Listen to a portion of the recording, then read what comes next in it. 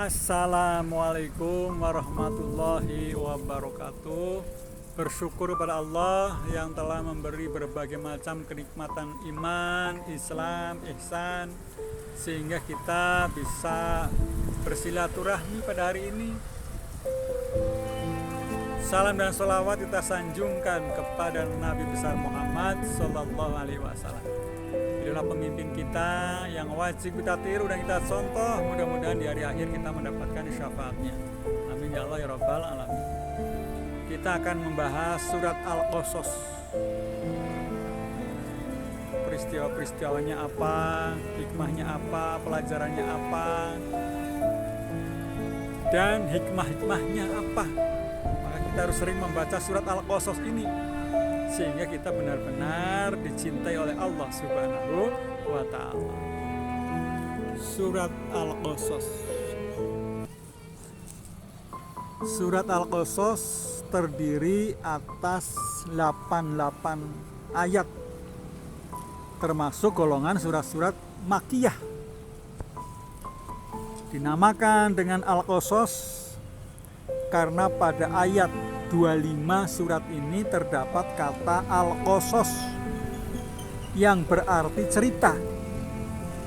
Ayat ini menerangkan bahwa setelah Nabi Musa alaihissalam bertemu dengan Nabi Syuaib alaihissalam, ia menceritakan cerita yang berhubungan dengan dirinya sendiri, yakni pengalamannya dengan Fir'aun. Sampai waktu ia diburu oleh Fir'aun karena membunuh seseorang dari bangsa Qibti tanpa disengaja. Syuaib alaihissalam menjawab bahwa Musa alaihissalam telah selamat dari pengejaran orang-orang zolim. Turunnya ayat 25 surat ini amat besar artinya bagi Nabi Muhammad Sallallahu Alaihi Wasallam dan bagi sahabat-sahabat yang melakukan hijrah ke Madinah, yang menambah keyakinan mereka bahwa akhirnya orang-orang Islamlah yang menang. Sebab ayat ini menunjukkan bahwa barang siapa yang berhijrah dan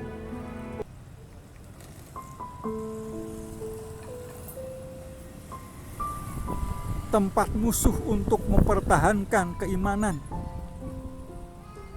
pasti akan berhasil dalam perjuangannya menghadapi musuh-musuh agama. Kepastian kemenangan bagi kaum muslimin itu ditegaskan pada bagian akhir surat ini, yang mengandung bahwa setelah hijrah ke Madinah, kaum muslimin akan kembali ke Mekah sebagai pemenang dan penegak agama Allah. Surat Al-Qasas ini adalah surat yang paling lengkap memuat cerita Nabi Musa alaihissalam, sehingga menurut suatu riwayat surat ini dinamakan juga surat Musa. Sedangkan pokok-pokok isinya, satu, tentang keimanan. Allah yang menentukan segala sesuatu dan manusia harus ridho dengan ketentuan itu.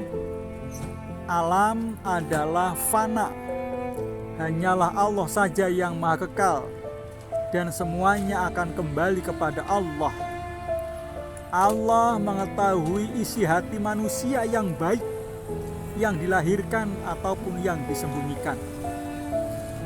Yang kedua, tentang kisah-kisah kekejaman Fir'aun dan pertolongan serta karunia Allah kepada Bani Israel.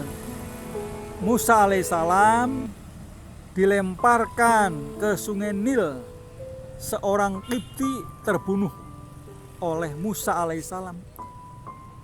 Musa alaihissalam di Madyan.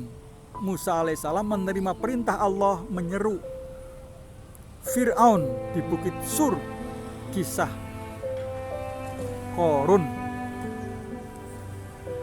Dan yang lainnya, Al-Quran menerangkan kisah nabi-nabi dan umat-umat terdahulu sebagai bukti kerasulan Nabi Muhammad SAW. Ahli kitab yang beriman dengan Nabi Muhammad SAW diberi pahala 2 kali lipat. Hikmah Al-Quran diturunkan secara berangsur-angsur. Hanya Allah lah yang memberi taufik kepada hambanya untuk beriman. Allah menghancurkan penduduk sesuatu negara karena kezoliman penduduknya sendiri. Allah tidak akan menghancurkan itu kalau benar-benar imannya baik. Keadaan orang-orang kafir dan sekutu-sekutu mereka di hari kiamat, penggantian siang dan malam adalah sebagai rahmat Allah bagi manusia.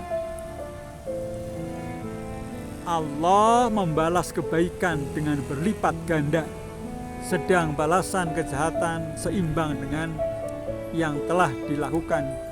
Janji Allah akan kemenangan Nabi besar Muhammad sallallahu alaihi wasallam. Saudara-saudara, kaum muslimin muslimat rahimakumullah. Surat Al-Qasas diturunkan di waktu kaum muslimin dalam keadaan lemah, sedang orang musyrik Mekah sebagai penguasa di waktu itu mempunyai kekuatan dan kekuasaan yang besar. Dalam surat ini Allah mengemukakan sebagaimana Fir'aun sebagai seorang raja yang mempunyai kekuasaan yang tak terbatas. Begitu pula Qorun sebagai seorang yang berilmu dan mempunyai harta benda yang tidak terhingga banyaknya. Akhirnya Fir'aun dan Qorun hancur lebur beserta apa yang dipunyainya karena mengingkari agama Allah.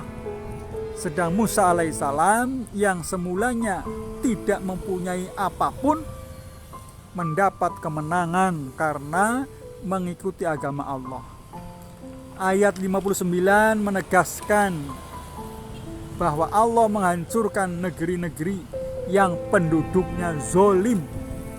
Kemudian surat ini ditutup dengan menerangkan bahwa kaum muslimin sekalipun dalam keadaan lemah, nanti setelah hijrah ke Madinah akan kembali lagi ke Mekah sebagai pemenang. Karena itu tetaplah menyembah Allah. Tidak ada Tuhan selain Dia. Dialah yang Maha Kuasa dan menentukan segala sesuatu. Lalu ada enggak surat Al-Qasas dengan surat Al-Ankabut persesuaiannya? Tentu saja ada. Surat Al-Ankabut dibuka dengan hiburan dari Allah kepada Nabi Muhammad sallallahu alaihi wasallam dan para sahabatnya yang selalu disakiti dan diejek dan diusir oleh orang-orang musyrik Mekah, dengan menerangkan bahwa orang-orang yang beriman itu akan menerima cobaan atas keimanan mereka kepada Nabi mereka. Sedangkan surat Al-Qasas menerangkan aneka rupa cobaan yang dialami oleh Nabi Musa alaihissalam dan Bani Israel dalam menghadapi kekejaman Fir'aun. Oleh karena itu Allah menyuruh agar Nabi Muhammad SAW dan para sahabatnya selalu sabar dalam menghadapi cobaan itu. Surat Al-Qasas mengisahkan selamatnya Musa alaihissalam dari pengejaran Fir'aun setelah dengan tidak sengaja membunuh orang Qibti, dan mengisahkan selamatnya Musa alaihissalam dan pengikutnya dari pengejaran Fir'aun dan tentaranya, dan tenggelamnya Fir'aun dan tentaranya di Laut Merah, sebagaimana dalam surat Al-Ankabut mengisahkan selamatnya Nabi Nuh alaihissalam dan pengikutnya di atas Bahtera, dan tenggelamnya orang-orang yang mengingkari seruan Nuh alaihissalam. Semua ini menunjukkan pertolongan Allah kepada hamba-hambanya yang beriman. Surat Al-Qasas mengemukakan kelemahan kepercayaan orang-orang yang menyembah dengan menerangkan keadaan penyembah-penyembah berhala dengan berhala itu sendiri di hari kiamat. Sedang surat Al-Ankabut menyatakan kesalahan kepercayaan mereka pula dengan membandingkan dengan laba-laba yang percaya akan kekuatan sarangnya yang sangat lemah itu.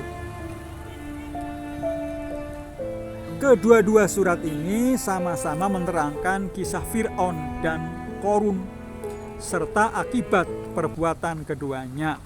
Kedua surat ini sama-sama menyinggung soal hijrah Nabi besar Muhammad Sallallahu Alaihi Wasallam. Itulah tentang surat Al-Qasas. Mudah-mudahan kita sering membacanya, karena di dalamnya banyak peristiwa-peristiwa bersejarah dan pelajaran-pelajaran yang didapat dari surat Al-Qasas. Kebenaran datangnya dari Allah Subhanahu wa taala, kesalahan datangnya dari saya sendiri. Assalamualaikum warahmatullahi wabarakatuh.